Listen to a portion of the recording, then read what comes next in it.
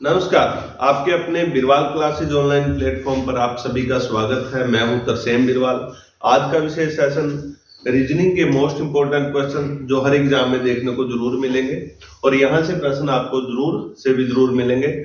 और जैसे कि हमने पहले भी हिंदी की भी, इंग्लिश की भी, मैथ की भी, साइकोलॉजी की भी काफी वीडियो हमारे यूट्यूब चैनल पर डाल रखे हैं, आप उसे देख सकते हो। और आज हम देखते हैं कि जो मोस्ट इंपोर्टेंट प्रश्न है जो हर एग्जाम में आने की संभावना रहती है। सबसे पहले हमें वर्ग और घन ये बिल्कुल आसान होते हैं, यहाँ से प्रश्न जरूर आते हैं। जैसे कि क्यूब और स्क्वायर, ये स्क्वायर होता है, ये क्यूब होता है। जैसे कि 1 की पावर 2 कितना होता है 1, 2 की पावर 2 4, 3 की पावर 2 9, 4 की पावर 2 16 और 5 की पावर 2 25। ऐसे यानी कि 1 की पावर 2 1, 2 की पावर 2 4, 3 की पावर 2 9, 4 की पावर 2 16, 5 की पावर 2 25। इससे क्वेश्चन कैसे बनेगा? जैसे ग्रुप डी के अंदर भी और हर एग्जाम कोई भी है, DSSS, एस्टेट, पीटेट, रीजनिंग जहां भी आती है वहां यहाँ से क्वेश्चन कैसे बनेंगे। पहले मतलब छोटा क्वेश्चन देखते हैं हम। जैसे कि पहला क्वेश्चन क्या बनेगा, सबसे आसान, यानी कि 1 4 9, तो यहाँ क्या आएगा, ये बनेगा पहला क्वेश्चन। दूसरा क्वेश्चन क्या बन सकता है, यानी कि 1 4 क्वेश्चन मार्क और 16, ये बन सकता है। नेक्स्ट क्वेश्चन क्या बन सकता है, जैसे कि 1 क्वेश्चन मार्क 9 और 16, ये। और क्वेश्चन क्या बन सकता है जो बिल्कुल आसान है, शुरुआती से, जो जिस बच्चे को बिल्कुल भी कुछ नहीं आता, यहां से स्टार्ट करवा। उसके बाद है जैसे कि यहां क्वेश्चन मार्क हो सकता है 4 9 16 25, ऐसे हो सकता है। अब देखिए जिस बच्चे को ये चीज आती होगी, अब आगे लिख लेते हैं। जैसे 6 की पावर 2 36, 7 की पावर 2 49 और 8 की पावर 2 64 और 9 की पावर 2 81 और 10 की पावर 2 100, यानी कि 100। यहां तक हमें पता होना चाहिए। अब देखिए जैसे कि हमें पता है कि कैसे खेल रहा है, ये खेल रहा है कि यानी कि वर्ग से रिलेटेड है, यानी कि स्क्वायर से रिलेटेड क्वेश्चन है। यानी कि 1 का स्क्वायर 1 होता है, 2 का 4 होता है और 3 का 9 होता है। तो उसके बाद क्या आएगा, 3 के बाद 16 आएगा ना, तो हमारा यहाँ आंसर क्या बन जाएगा 16, ये आंसर। ऐसा आसान क्वेश्चन आता है। और ये जैसे पाइथागोरस परिमेय ट्रिपलेट में भी, उसमें भी इसका क्वेश्चन आता है, मैथ के अंदर भी। जैसे कि आधार बेस और ट्रायंगल होता है ना, उसमें दे देते हैं। जैसे कि लंब कर्ण आधार, लंब और कर्ण दे देते हैं, आधार निकालना पड़ता है, आधार और कर्ण देते हैं तो लंब निकालना पड़ता है। यहाँ से भी क्वेश्चन बनते हैं ऐसे। उसके बाद अब देखो, एक का स्क्वायर है, 4 का 2 है, तो 4 के बाद किसका स्क्वायर आएगा, 3 का आएगा, तो यहाँ क्या आएगा हमारा 9 आएगा, ऐसे। अब उसके बाद यहाँ पे क्या है कि पहले 1 का स्क्वायर है, फिर 3 का स्क्वायर है, 4 का स्क्वायर है, ऐसे चल रहा है। तो यहाँ हमारा किसका स्क्वायर आएगा, 2 का स्क्वायर, जो कि क्या होता है 4 होता है, ये आ जाएगा। अब यहाँ क्वेश्चन मार्क है, शुरू से हम इस चीज से देखेंगे कैसे लाइन चल रही है। यानी कि 2 का स्क्वायर है, 3 का स्क्वायर है, 4 का स्क्वायर है, 5 का, तो यहाँ किसका स्क्वायर आएगा, यहाँ 1 का स्क्वायर आ जाएगा, ऐसे। इससे रिलेटेड ऐसे क्वेश्चन बनेंगे। अब इसके बाद वीडियो चेक करें। इसके बाद दूसरा कैसे बन सकता है, जैसे कि अब इससे आगे है हमारा, जैसे कि शुरुआत में 25 आ जाएगा, 36 आ जाएगा और 49 आ जाएगा, तो नेक्स्ट क्या आएगा, क्वेश्चन मार्क, ऐसे बन जाएगा। उसके बाद क्या आ सकता है, यानी कि 16 क्वेश्चन मार्क, उसके बाद 36 49, ऐसे आ जाए। उसके बाद क्या आ सकता है, क्वेश्चन मार्क और 25 36 49, 4 ऑप्शन ऐसे ही आएंगे। उसके बाद क्या आ सकता है, जैसे कि 16 25, 36 और यहाँ क्या आएगा ऐसे। अब जब हमें इस चीज का पता होगा, ये अक्सर बच्चे आसान क्वेश्चन को गलत कर देते हैं, टाइम वेस्ट भी कर देते हैं कि कितने का डिफरेंस होगा ये वो। अगर हमें इस चीज का पता होगा कि ये स्क्वायर है तो हमारा क्वेश्चन जल्दी निकल जाता है। तो 25, 36, 49 के बाद क्या आता है? 64 आता है। 64, ये 5 का स्क्वायर है, ये 6 का, ये 7 का, ये 8 का। अब इसमें क्या है? 16, ये 16 किसका स्क्वायर है? 4 का। तो 4 के बाद किसका स्क्वायर आएगा? 25, 5 का आएगा। ये देखो ऐसे। अब इसके बाद यहाँ पे क्या? 25, 36, 49, तो इससे पहले क्या आना चाहिए? 16, 16 आना चाहिए। ऐसा क्वेश्चन बनता है, कोई मुश्किल है? उसके बाद 16, 25, 36, 36 के बाद क्या आएगा? 49, 49। ये ऐसे हमारे क्वेश्चन बनते हैं।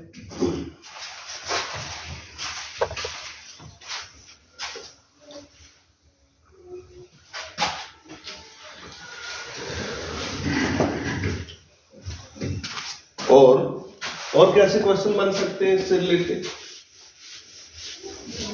जो बिल्कुल हर एग्जाम में क्वेश्चन जरूर आता है, कोई भी एग्जाम देख रहे हैं। अब क्या है कि जैसे कि यहाँ पे प्रश्न क्या बनेगा कि जैसे हमने लिख दिया 3, उसके बाद लिख दिया 8, उसके बाद 15, उसके बाद क्या आएगा ये, फिर हमने लिख दिया यानी कि 5, 10 और 17, तो उसके बाद क्या है? उसके बाद फिर क्या है कि क्या लिख सकते हैं कि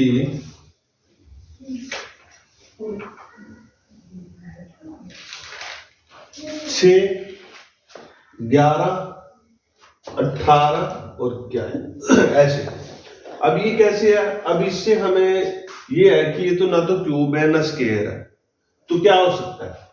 अब देखिए हमें जब इस चीज का पता होगा, यानी कि हमें पता है कि जो 3 है ये किसके पास है? ये 4 के पास है। देखिए यहां हमारा 2 का स्क्वायर हम देख लेते हैं 9, 3 का स्क्वायर, 4 का स्क्वायर और 5 का स्क्वायर 25 है। तो देखिए यहाँ क्या हुआ है? 1 माइनस 1 माइनस 1 माइनस और 1 माइनस। तो क्या है कि 4 में से 3, फिर 8, 15 और 25 में से 1 गया तो क्या आएगा? 24। कितना आसान है, ऐसे क्वेश्चन आते हैं। उसके बाद इधर भी क्या होगा फिर? अब यहाँ पे माइनस हुआ तो कहीं ना कहीं प्लस भी हो सकता है। क्या होता है कि हमारा क्यूब और स्क्वायर से रिलेटेड क्या आ सकता है? +1, -1, +2, -2, ऐसा क्वेश्चन हो सकता है। ऐसी नंबर दे देगा जो स्क्वायर से रिलेटेड होगा, यानी कि या तो एक माइनस होगा या प्लस होगा। जैसे यहाँ क्वेश्चन बना, अब जैसे कि ये 5 है, 4 हमारा स्क्वायर होता है 2 का, तो 1 प्लस हुआ, इधर 1 माइनस हुआ, इधर +1 हुआ, इधर भी +1 हुआ, 9 के बाद 10, इधर भी +1 हुआ तो इधर भी +1 होगा, तो कितना आएगा? 16 के बाद क्या आता है? 25, 25 तो 26 आंसर आया हमारा। अब इधर क्या 6 है, ये क्यूब से भी रिलेटेड हो सकता है और वर्ग से तो है ही है। अब 4 के बाद हमारे पास 2 प्लस हुआ और 9 में 2 प्लस हुआ, इधर भी 16 में 2 प्लस हुआ, इधर भी 2 प्लस होगा, तो 25 और 2 27। ऐसे हमारा क्वेश्चन बनेगा। देखिए ये इस तरीके से भी करता है और बिल्कुल आसान। जैसे ग्रुप डी का एग्जाम हुआ या फिर सीईटी मेंस का, उस सीईटी का, तो उसमें तो सीधा डायरेक्ट क्वेश्चन आ जाएगा जैसे मैंने पहली बार करवाया, और इसमें थोड़ा टफ बना देगा तो इस तरीके से क्वेश्चन आ जाएगा। इससे बाहर क्वेश्चन नहीं आएगा रीजनिंग का इससे रिलेटेड, ठीक है भाई। उसके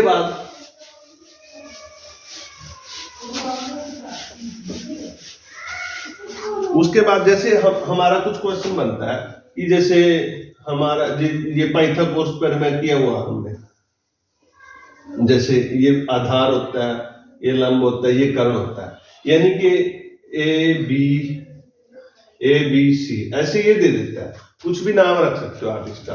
अब यहाँ पे मान के चलो क्या पता ये चीज दे दी इधर की ये बेस 4 है और ये मतलब कि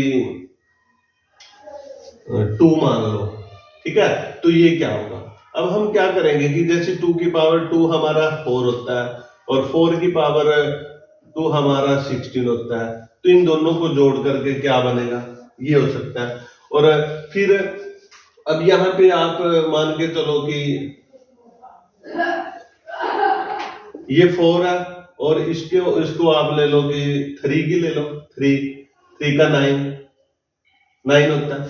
ये क्या है कि ये 2 का स्क्वायर है, 2 का स्क्वायर है, और ये क्या है, ये 3 का स्क्वायर है। तो 4 और 4 का ये 16, ये मतलब 3 का स्क्वायर 9, और 9 और 16 दोनों क्या होता है 25 किसका स्क्वायर होता है 5 का स्क्वायर। तो हमारे यहाँ क्या आएगा, यानी कि हम 25 भी लिख सकते हैं, ठीक है, और यहाँ 16 है, 16 लिख सकते हैं, यहाँ पे हम 3 भी लिख सकते हैं, यहाँ पे हम 4 लिख सकते हैं 4, और यहाँ पे हम 5 भी लिख सकते हैं। हमारा 9 भी उत्तर आ सकता है, 25 भी, 16 भी, 4 भी हो सकता है, 3, और अगर अलग अलग आएगा 3, 5, 4, और वैसे इस नंबर में आएगा तो 9, 16, 25, इस तरीके से क्वेश्चन आ जाएंगे। और थोड़ा सा जो ये है ये टफ बनेगा इसमें, और इसमें से क्वेश्चन और कैसे बनता है, जैसे डायरेक्शन से रिलेटेड क्वेश्चन बन जाता है कि मान लीजिए कोई यहाँ से ए इस बिंदु से मतलब क्या है कि 5 किलोमीटर चला, फिर वो मतलब कि राइट मुड़ा या लेफ्ट मुड़ा, फिर वो यानी कि 16 किलोमीटर चला, या फिर 16 नहीं तो 4 किलोमीटर चला, या फिर तो इनका पॉइंट से कहाँ मतलब कितनी दूरी पर चला गया, ऐसे भी बन जाता है, और ऐसे भी बन सकता है, ऐसे भी मतलब वो यहाँ से चला, फिर इधर आया, फिर इधर आया, फिर इधर आया, ये चीज दे दी, ये दे दी, तो ये क्या बनेगा, इस तरीके से भी क्वेश्चन बनता है। आगे आने वाले क्वेश्चन में इसको देख लेंगे। उसके बाद है जैसे कि अब हम देखते हैं कि क्यूब का 1 की पावर 2, 3, 2 की पावर 3, 3 की पावर 3, 4 की पावर 3 और 5 की पावर 3, मतलब क्या है कि 1 into 1 into 1 यानी कि 1 ऐसे बनेगा, यानी कि 2 into 2 into 2 यानी कि 2 to the 4 to the 8 ऐसे। अब 3 का क्या बनेगा, 3 का 27 और 4 का 64 और 5 का 125 ऐसे। अब इसमें भी कैसे क्वेश्चन बनेगा, यानी कि हम सीधा डायरेक्ट लिख देते हैं हम कि 1, 8 और 27, 64 और 125 ऐसे। अब इससे भी क्वेश्चन कैसे बन सकता है, यानी कि जैसे कि पहला क्वेश्चन है 1, 8, 27, तो क्या आएगा, सिंपल क्वेश्चन ऐसे बनेगा सीधा, जो ग्रुप डी में आ सकता है ऐसा क्वेश्चन। उसके बाद क्या बन सकता है, जैसे कि 1, 8 क्वेश्चन मार्क और 64 ऐसे क्वेश्चन आ सकते हैं। उसके बाद क्या क्वेश्चन बन सकता है, जैसे कि क्वेश्चन मार्क 8, 27, 64 ऐसे बन सकता है। अब यहाँ देखिए हमारा यहाँ क्या आएगा, यहाँ पे 1, 8, 27, 1, 8, 27 के बाद 64 है तो 64 आ जाएगा। उसके बाद 1, 8 के बाद क्या 1, 8, 64 है, तो हमें पता है कि क्यूब से क्वेश्चन बना रहा है, यानी कि घन से, तो यहाँ क्या आएगा 27। अब यहाँ पे है 8, 27, 64 तो क्यूब से ही है, तो यहाँ पे क्या आएगा 1 आ जाएगा ऐसे। अब इसमें भी ऐसे ही बन जाएगा +1 और -1, +2 और -2 ऐसे क्वेश्चन बन रहे। कैसे, जैसे कि 1 है, 1 में +1 कर देते हैं हम, यानी कि 2, 8 में +1 कर देते हैं 9, 27 में +1 कर देते हैं 28, तो आगे क्या आएगा, तो आगे क्या आता है 64 में +1 कर देंगे तो 65 आ जाएगा हमारा, 1 प्लस हुआ। फिर उसके बाद क्या है कि 1 माइनस कर देते हैं, यानी कि ये टफ क्वेश्चन बन जाएगा थोड़ा, जब 1 माइनस करेंगे तो 0, यानी कि 1 में से 1 माइनस करते हैं तो 0 होगा। अब 0 के बाद फिर 9 में से 8 में से 1 माइनस करेंगे 7 आ जाएगा, 27 में से 1 माइनस करेंगे 26 आ जाएगा, और 64 में से 1 माइनस करेंगे 63 आ जाएगा। अब यहाँ पे मान के चलो यही पूछ लेते हैं क्या बनेगा। अब ये 0 क्वेश्चन मार्क 26, 63, तो हमें पता है कि ये घन से रिलेटेड क्वेश्चन है, और -1 हुआ है, 1 में से 1 0, तो 2 की पावर 3 कितना होता है 8 होता है, 8 में से 1 गया तो 7। इस तरीके से आपको क्वेश्चन देखने को जरूर मिलेंगे। तो देखिए मतलब क्या है कि आपको सिर्फ ये है कि क्यों और स्केयर थोड़ा याद करने होंगे, तो तभी जाकर के आप ऐसे क्वेश्चनों को कर सकते हो। एक आपको जैसे यही इसी चीज से रिलेटेड क्या क्वेश्चन हो सकता है कि मतलब जैसे आपको दे सकता है कि यानी कि 81, 100, 121, तो यहाँ क्या है, अब ये है, ये 9 की पावर 2 है, ये 10 की पावर 2 है, और ये 11 की पावर 2 है, तो यहाँ 12 की पावर 2 आएगा, जो 144 होता है, 144 होता है। ऐसे क्वेश्चन आ सकता है। अब यहाँ पे 81 क्वेश्चन में आ रहा है, 121 और 144 भी क्या आएगा, तो यहाँ पे हमारा 100 आ गया। ऐसे आपको क्वेश्चन देखने को जरूर मिलेंगे। देखिए अगर आप इसी तरीके से रीजनिंग सीखना चाहते हो, अच्छा स्कोर करना चाहते हो, तो जुड़े रहिए हमारे साथ। आज के लिए इतना ही। जय हिंद, जय भारत।